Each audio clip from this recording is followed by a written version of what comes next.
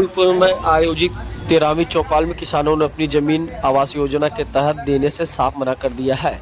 चौपालों में किसानों ने योजना के खिलाफ अपनी चिंता व्यक्त करते हुए कहा है कि सरकार की इस कदम से उनकी जमीन का नुकसान हो सकता है और इससे उनकी आजीविका पर भी प्रतिकूल असर पड़ेगा।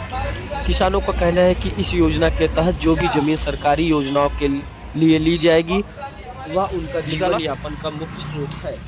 जो किसी भी हालत में जमीन नहीं देने का संकल्प ले रहे हैं, उनका कहना यह भी है कि इस योजना का मुख्य उद्देश्य सिर्फ किसानों की जमीन लेना है, जिससे उनकी खेती बाड़ी पर संकट आ सकता है।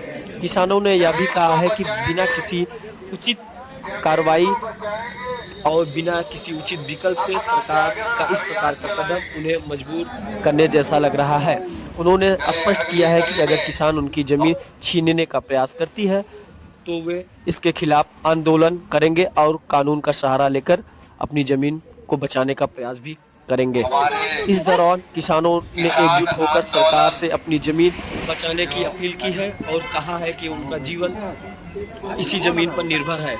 अगर यह योजना उनके अधिकारों के खिलाफ है तो इसका विरोध करके वो इस मुद्दे पर सभी स्तरों पर आवाज उठाएंगे।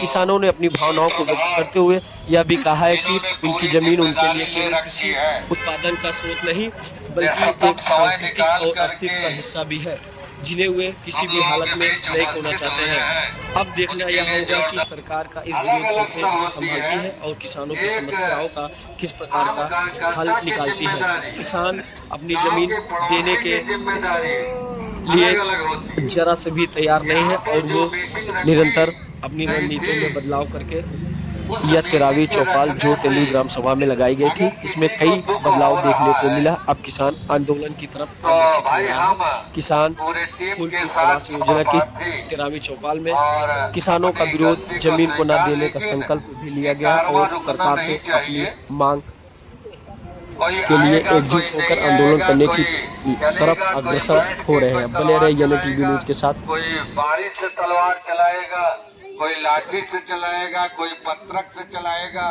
कोई धन से चलाएगा, कोई बल से चलाएगा। हम लोगों को उस पर नहीं जाना है। हम